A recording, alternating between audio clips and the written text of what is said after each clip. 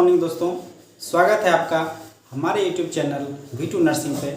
दोस्तों आज हम लोग जीएनएम फर्स्ट ईयर का कम्युनिटी हेल्थ नर्सिंग फर्स्ट का इम्पोर्टेंट डेफिनेशन को पढ़ेंगे और इसमें देखेंगे क्या कौन सा जो एग्ज़ाम के पॉइंट ऑफ व्यू से जो है इम्पोर्टेंट होगा। ठीक है, तो सबसे पहला क्या है, आप देखिए यहाँ पे है हेल्थ। हेल्थ क्या होता है? हेल्थ किसी भी मनुष्य का, किसी भी व्यक्ति का संपूर्ण शारीरिक, मानसिक और सामाजिक स्वस्थता को उसका हेल्थ कहा जाता है। ठीक है, चलिए अब आगे देखिए क्या है, कम्युनिटी हेल्थ है। कम्युनिटी मीन्स होता है समुदाय और हेल्थ मीन्स होता है स्वस्थ। ठीक है, एक कम्युनिटी हेल्थ नर्स जो होती है अपने समुदाय के जो भी लोग हैं अपने समुदाय में उनका उपचार, उनका देखभाल, उनका प्रमोटिव केयर जो है करना, वो कम्युनिटी हेल्थ कहलाता है। ठीक है, चलिए अब तीसरा देखिए कोल्ड चेन। कोल्ड चेन क्या है? कोल्ड चेन एक सिस्टमेटिक प्रोसेस है जिसमें टीका का जिस जगह पे निर्माण होता है वहाँ से लेकर के जो टीकाकरण स्थल है वहाँ तक टीका को ले जाने के लिए एक निश्चित तापमान की आवश्यकता होती है, जो आपका -20 डिग्री सेल्सियस से जो है आपका +8 डिग्री सेल्सियस तक जो है एक किसी भी वैक्सीन को स्टोर किया जाता है। उस जगह पे स्टोर करके इम्यूनाइजेशन स्थल पर ले जाने आने की जो प्रक्रिया कहलाती है वो कोल्ड चेन कहलाता है। ठीक है, कोल्ड चेन का जो टेम्परेचर होगा वो -20 डिग्री से लेके +8 डिग्री तक रहता है। ठीक है, चलिए अब आप देखिए यहाँ फैमिली प्लानिंग है। फैमिली प्लानिंग क्या है? फैमिली प्लानिंग एक प्लान है जिसके तहत जो है कोई भी एलिजिबल कपल या कोई भी जो टारगेट कपल हैं वो अपने बच्चों में जो है 2 वर्ष का अंतर रखना या अनचाहे प्रेगनेंसी, जो अनचाहे गर्भ होता है उससे छुटकारा पाने के लिए जो प्रक्रिया अपनाई जाती है वो फैमिली प्लानिंग कहलाती है। ठीक है, अब आगे देखिए क्या है, audio visual add. Audio means क्या होता है? सुनने योग्य। वीडियो मीन्स होता है, विजुअल मीन्स होता है देखने योग्य, और एड मीन्स क्या होता है? एक उपकरण। ये जो है एक सोशल या आप कह लीजिए कम्युनिटी या जो टीचर और स्टूडेंट होते हैं किसी भी टॉपिक को, किसी भी लेक्चर को अगर आप ऑडियो विजुअल ऐड के मदद से अगर जो आप उसे डेमोन्स्ट्रेट करते हैं तो यह जो है काफ़ी क्या होता है, कारगर होता है। इसीलिए कम्युनिटी हेल्थ का जो प्रमोशन होता है उसमें ऑडियो विजुअल ऐड का प्रयोग किया जाता है। ठीक है, ये समझ लीजिए एक वीडियो हो गया। अभी का जो वीडियो होता है उसे हम सुन भी सकते हैं, देख भी सकते हैं। ठीक है, तो ये काफ़ी प्रभावशाली होता है, इसीलिए ऑडियो विजुअल ऐड का प्रयोग किया जाता है। ठीक है, अब आगे देखिए क्या है, न्यूट्रिशन है। तो न्यूट्रिशन में क्या होता है? न्यूट्रिशन किसी भी व्यक्ति द्वारा किया गया वह आहार है जो उनके शरीर की वृद्धि और उन्हें ऊर्जा प्रदान करती है। ठीक है, तो वो क्या कहलाता है? न्यूट्रिशन कहलाता है। अब आगे देखिए क्या है, बैलेंस्ड डाइट है। बैलेंस्ड डाइट वह डाइट होता है जो किसी भी मनुष्य की जो दैनिक क्रियाओं के लिए जो उन्हें डाइट चाहिए उसकी पूर्ति करता है। ठीक है, अगर जो मान लेते हैं किसी भी आदमी को 500 कैलोरी चाहिए तो सिर्फ वो 500 कैलोरी के लिए जो जो भोजन करेगा जिससे कि 500 कैलोरी उन्हें प्राप्त हो जाएगी, उस प्रकार का भोजन क्या कहलाता है? तो बैलेंस डाइट कहलाता है। ठीक है, अब आगे देखिए क्या, इंक्यूबेशन पीरियड। इंक्यूबेशन पीरियड क्या होता है? इंक्यूबेशन पीरियड वह पीरियड होता है जब कोई व्यक्ति इन्फेक्टेड होता है से लेकर के जब उनके बॉडी में साइन सिम्टम्स अपीयर होंगे उसके बीच का जो टाइम है, उसके बीच का जो पीरियड है वो इंक्यूबेशन पीरियड कहलाता है। ठीक है, इसको कैसे समझेंगे? कोई इन्फेक्शन जो है आपके बॉडी में एंटर किया तो आपको पहला दिन, दूसरा दिन पता नहीं चलेगा। ठीक है, लेकिन आप ऑलरेडी इन्फेक्टेड हो, एक दिन आपको सिम्टम्स पता चलेगा, फीवर आना या फिर कोल्ड होना या फिर किसी प्रकार का सिम्टम्स जब आपके शरीर में अपीयर होगा तो ये जो पीरियड होता है बीच का, ये इंक्यूबेशन पीरियड कहलाता है। ठीक है, चलिए अब देखिए यहाँ क्या है, primary health centre. Primary health centre क्या होते हैं? प्राइमरी हेल्थ सेंटर को पहला रेफरल यूनिट कहा जाता है, पहला रेफरल सिस्टम कहा जाता है, जिसका निर्माण जो है मैदानी भाग में 5000 की आबादी पे और पहाड़ी क्षेत्र में 3000 की आबादी पे किया जाता है। ठीक है, यहाँ पे आपको प्राइमरी उपचार, जिसे आप प्राथमिक उपचार कहते हैं, वह किया जाता है। ठीक है, उसके बाद आगे देखिए क्या है, एपिडेमिक है। एपिडेमिक क्या होता है? एपिडेमिक होता है किसी भी एक स्पेसिफिक क्षेत्र में किसी भी रोग का फैलना, वो एपिडेमिक कहलाता है। ठीक है, एक स्पेसिफिक क्षेत्र में। ठीक है, जब कोई बीमारी फैलेगा तो वो क्या कहलाएगा? एपिडेमिक कहलाएगा। अगर यहीं पे आप पेंडेमिक कहते हैं अगर जो, ठीक है, तो पेंडेमिक में क्या होगा? वैसा रोग, वैसा बीमारी जो संपूर्ण विश्व को अपने चपेट में ले लेगा, वो कहलाता है पेंडेमिक। जैसा कि आपने अभी कोरोना वायरस को देखा था, तो कोरोना वायरस जो है इंडिया समेत पूरे विश्व में जो है इसका प्रभाव को देखा गया था, तो उसे पेंडेमिक कहेंगे। जबकि एंडेमिक होता है जो कि किसी एक क्षेत्र में, एक स्पेसिफिक क्षेत्र में फैलता है। ठीक है, अब आगे देखिए क्या है, क्रॉस इन्फेक्शन है। क्रॉस इन्फेक्शन क्या होता है? क्रॉस इन्फेक्शन एक व्यक्ति से दूसरे व्यक्ति को जो रोग होता है उसे क्रॉस इन्फेक्शन कहते हैं। ठीक है, अब आगे देखिए क्या है, कम्युनिकेशन मतलब होता है आपका बातचीत। ठीक है, बातचीत क्या होता है?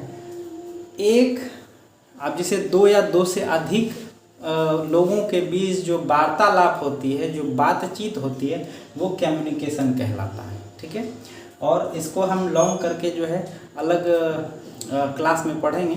आप यहाँ फिलहाल जो डेफिनेशन होगा वो क्या होगा? दो या दो से अधिक लोगों के बीच जो बातचीत होता है वो क्या कहलाता है? आपका कम्युनिकेशन कहलाता है। इसमें जो होता है आपका, जो सामने वाला व्यक्ति होता है वो आपके मैसेज को और आप उसके मैसेज को आसानी से समझ करके, अगर जो आप फीडबैक दे रहे हैं, अगर जो आप उनसे बात कर रहे हैं, तो यह प्रोसेस जो है कम्युनिकेशन कहलाता है।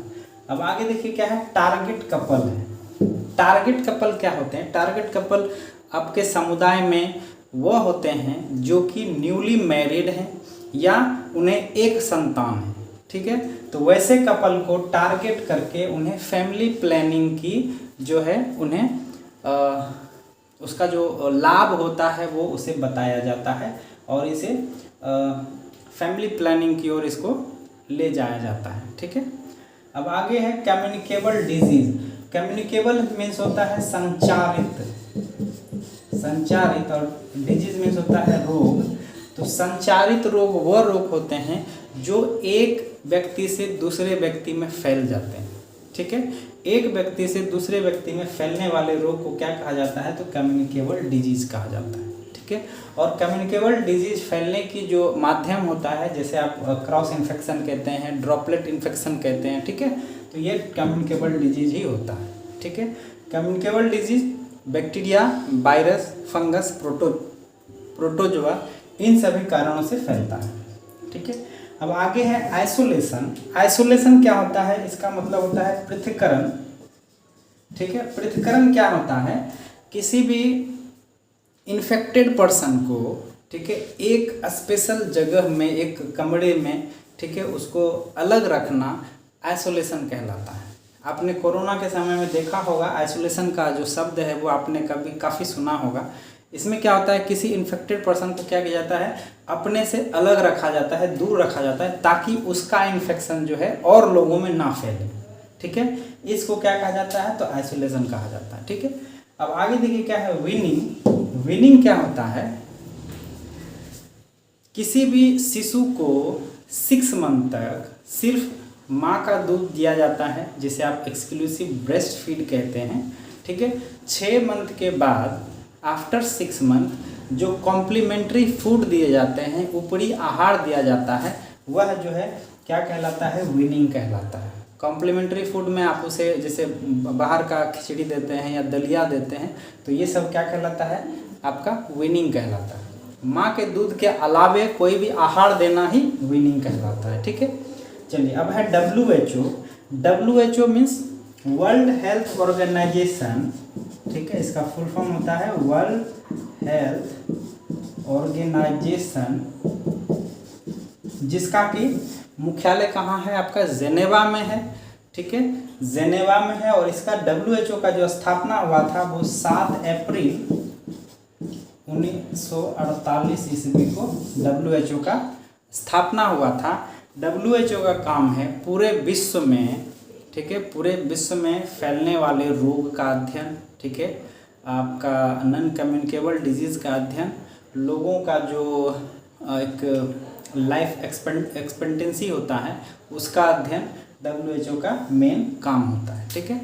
अब आगे देखिए क्या है, इनफर्टिलिटी, जैसे कि नपुंसकता कहते हैं, ठीक है। इनफर्टिलिटी का डिफिनेशन क्या होगा, एक एलिजिबल कपल, ठीक है, जिसकी की उम्र 18 साल से 45 साल तक है, लगातार 12 मंथ तक, ठीक है, बिना किसी कॉन्ट्रासेप्टिव का यूज़ करते हुए इंटरकोर्स करता है, उसके बाद भी अगर जो वो प्रेग्नेंट नहीं होती है तो वो क्या कहलाता है, इसका इनफर्टिलिटी कहलाता है, ठीक है। अब आगे है एंटीनेटल केयर। एंटीनेटल केयर वह केयर होता है